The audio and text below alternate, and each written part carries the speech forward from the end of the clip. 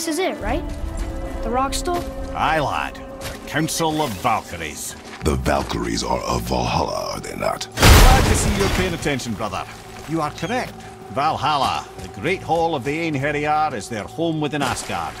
But while there, they are subject to the scrutiny of the All-Father himself. And relations between the Valkyries and Odin were tense during my tenure as his advisor. Why? Well, that's an even longer story, lad. Now, why don't we look around for some clues?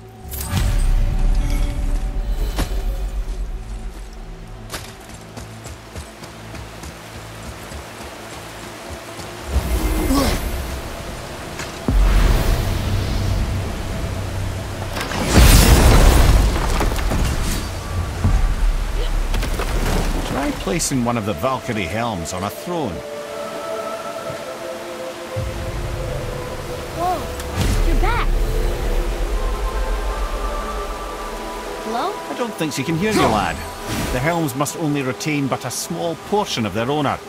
I'd wager the rest is in transit to Valhalla to try and fix the mess left by their absence. I'm here. Who is she? Gunnar, Mistress of War. After any conflict, big or small, she would be first on the scene, sussing out the worthy spirits for a free trip to Valhalla. A gruesome task. She took great pride in it. Any conflict.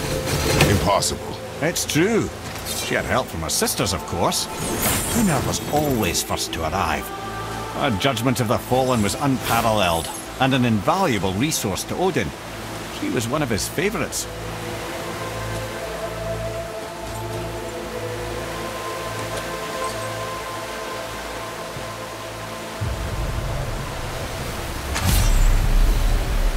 Ah, Gondul.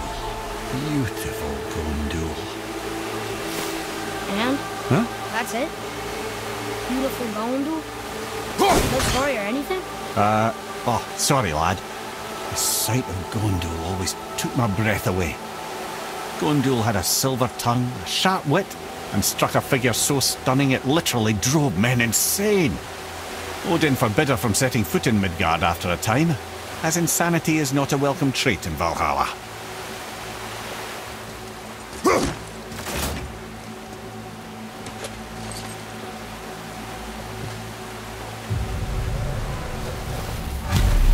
This is none other than Geirdriful, the Master of Arms in Valhalla, responsible for arming and training Odin's Einherjar. His what? His army come Ragnarok. The entire reason Valhalla exists, you see. The Einherjar wait in the Great Hall endlessly, feasting, drinking and fornicating themselves silly. Once Ragnarok begins, Odin calls them into service to fight on his behalf. Geirdriful had her hands full training that lot.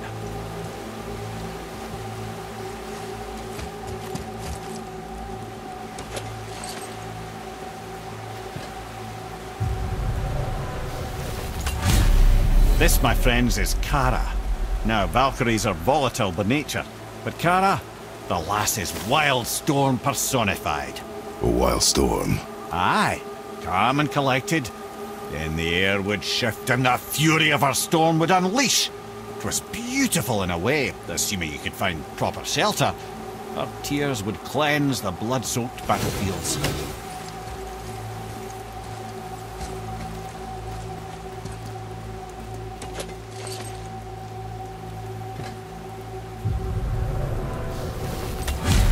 This is Rota, a chooser of the slain. I thought all the Valkyrie did that. Not exactly, lad. Although that is what they're most famous for, and by far their greatest responsibility.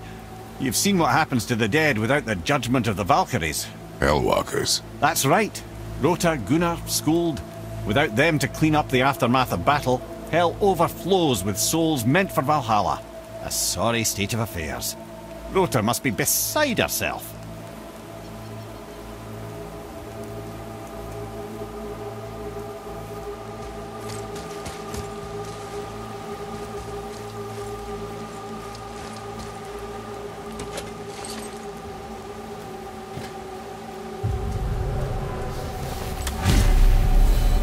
Ah, here we have Air, the healer. A Valkyrie healer? Strange. Air was strange, as a matter of fact. Very quiet, very calm. Where her sisters were violent rapids, there was a gentle stream. She healed the wounds of both mortals and gods, and even a certain all-knowing sage who once drank too much and fell off a mountain. Not my proudest moment. Treasure! All right!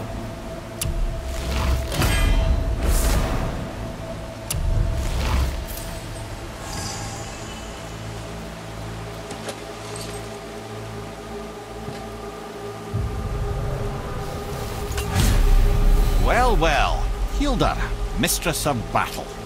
She and Odin got on quite well, actually. Her and the other Valkyries, not so much. She would spend most of her time here in Midgard observing discord between the living, and sewing some up herself from time to time. She lived for conflict. Some say she was conflict personified. I wonder what will become of her now that she's free.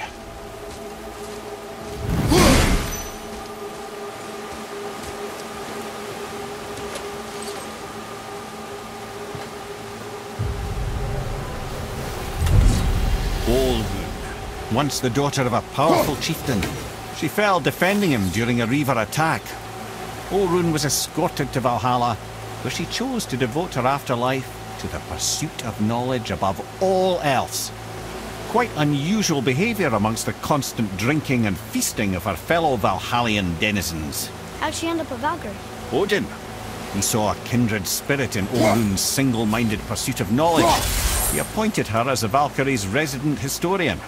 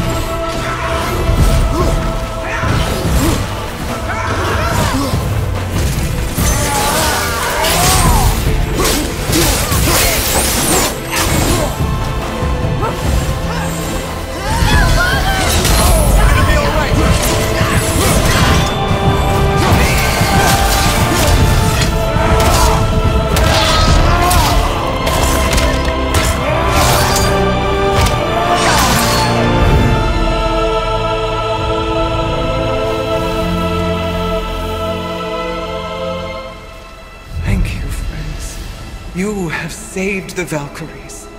SIGRUN, how did this happen? Mimir, is that you? You have been freed, but... Freedom comes at a price, milady. You speak truly. Countless winters we serve the All-Father. But only through his union to the Queen did we ever taste some measure of freedom. But aren't you the queen? There has only been one Queen of the Valkyries, the goddess Freya. When Odin severed her wings, I served in her absence, but it wasn't enough for the All-Father. He used an archaic piece of magic, corrupting my sisters. I tried to contain the damage by imprisoning them in places where they could cause no harm, but soon I lost myself as well. SIGRUN, I'm sorry for being so worthless. I could have done something, or tried at the very least. What will you do now? I must reunite with my sisters. Together we can restore balance to the realms. You have the eternal blessings of the Valkyries.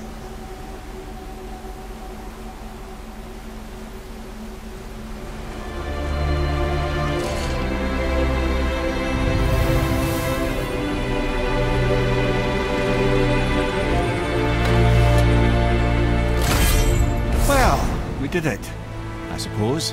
You don't sound very happy about it. It's difficult to be happy about anything when you're a reanimated head. I'm grateful we were able to set the Valkyries free.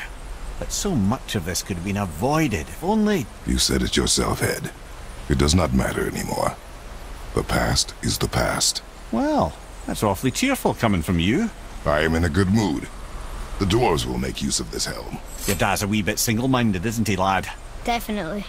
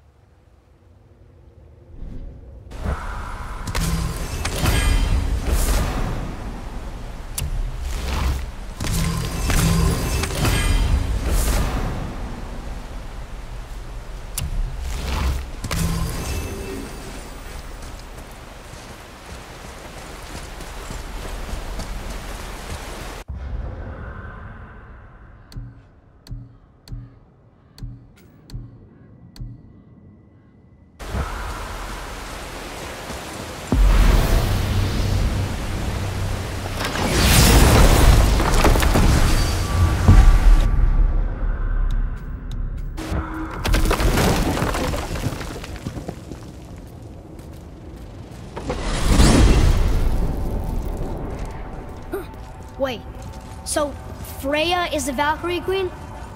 She never told us. You never told us. Explain yourself, Head. Or are you bewitched again? Not at all. Freya was Queen of the Valkyries at one point. Part of her marriage dowry included overseeing the Valkyries themselves. As a powerful Vanir goddess, they revered her. I never knew how much until now.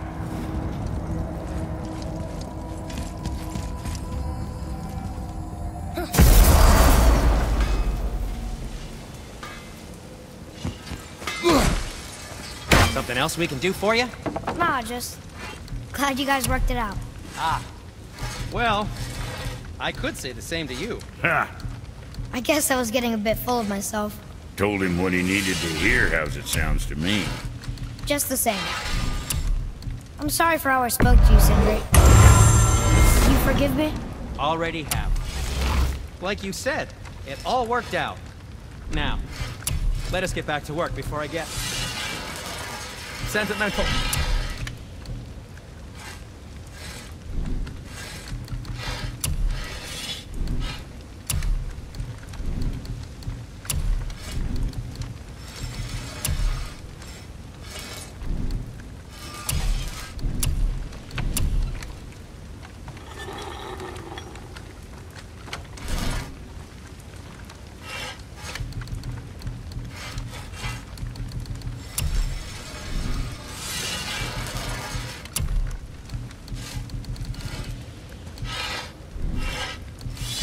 What'll it be, Shorty?